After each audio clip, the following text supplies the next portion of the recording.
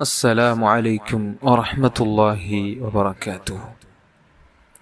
ಪ್ರೀತಿಯ ಸಹೋದರರೇ ಮತ್ತು ಸಹೋದರಿಯರೇ, ದೈನಂದಿನ ಜೀವನದಲ್ಲಿ ಉಪಯುಕ್ತವಾಗುವ, ವಿಶೇಷವಾಗಿ ದಾಂಪತ್ಯ ಜೀವನದಲ್ಲಿ ಸೌಹಾರ್ದತೆ ಮತ್ತು ಪ್ರೀತಿಯನ್ನು ಬೆಳೆಸಲು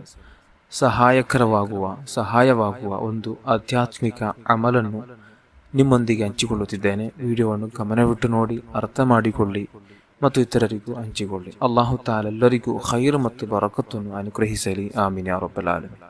ಮಿನ್ನತುರ್ ರಹ್ಮಾನ್ ಎಂಬ ಕಿತಾಬಿನಲ್ಲಿ ಉಲ್ಲೇಖಿಸಲಾದ ಒಂದು ಆಧ್ಯಾತ್ಮಿಕ ಅಮಲಿನ ಪ್ರಕಾರ ಗಂಡ ಹೆಂಡತಿಯ ಪತಿ ಪತ್ನಿಯರ ನಡುವೆ ಪ್ರೀತಿ, ಅನುರಾಗ, ಸೌಹಾರ್ದ ಮತ್ತು ಶಾಂತಿ ನೆಲೆಸಲು ಹಜರತ್ ಹಸನುಲ್ ಬಸರಿ ರಲಿಯಲ್ಲಾಹು ಅನ್ಹು ಅವರು ಕಲಿಸಿಕೊಟ್ಟಂತಹ ಒಂದು ವಿಧಾನವಾಗಿದೆ ನಿಮ್ಮ ಮುಂದೆ ಹೇಳುತ್ತಿರುವುದು. ದಾಂಪತ್ಯ ಸಮಸ್ಯೆಯಿಂದ ಬಳಲುತ್ತಿದ್ದ ಒಬ್ಬ ವ್ಯಕ್ತಿ ಹಜರತ್ ಹಸನುಲ್ ಬಸರಿ ರಲಿಯಲ್ಲಾಹು ಅನ್ಹು ಅವರ ಬಳಿ ತನ್ನ ಸಂಕಷ್ಟವನ್ನು ತಿಳಿಸಿದಾಗ ಅವರು ಈ ಅಮಲನ್ನು ಸೂಚಿಸಿದರು. 2 ಬೇಯಿಸಿದ ಕೋಳಿ ಮೊಟ್ಟೆಗಳನ್ನು ತೆಗೆದುಕೊಳ್ಳಬೇಕು. ಮೊಟ್ಟೆ ಇಲ್ಲದಿದ್ದರೆ ಅದರ ಬದಲಿಗೆ 2 ಗ್ಲಾಸ್ ನೀರನ್ನು ಬಳಸಿದರೂ ಸಾಕು ಎಂದು ಕಿತಾಬಿನಲ್ಲಿದೆ.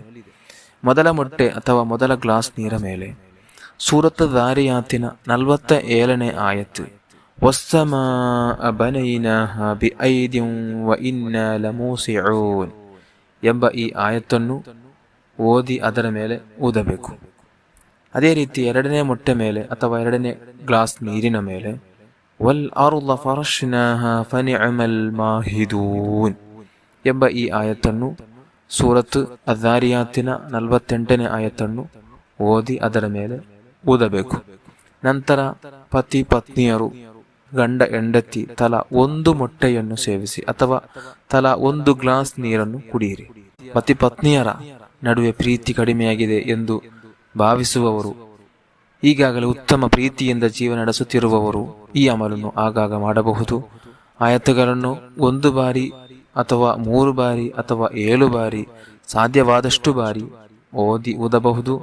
ಇಬ್ಬರಲ್ಲಿ ಯಾರಾದರೂ ಒಬ್ಬರು ಈ ಅಮಲನ್ನು ಮಾಡಿದರೆ ಸಾಕಾಗುತ್ತದೆ.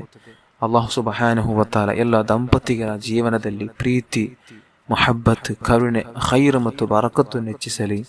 ಆಮೀನ್ ಯಾ ರಬ್ಬಲ್ ಆಲಮೀನ್. ಅಸ್ಸಲಾಮು ಅಲೈಕುಂ ವರಹಮತುಲ್ಲಾಹಿ ವಬರಕಾತುಹು.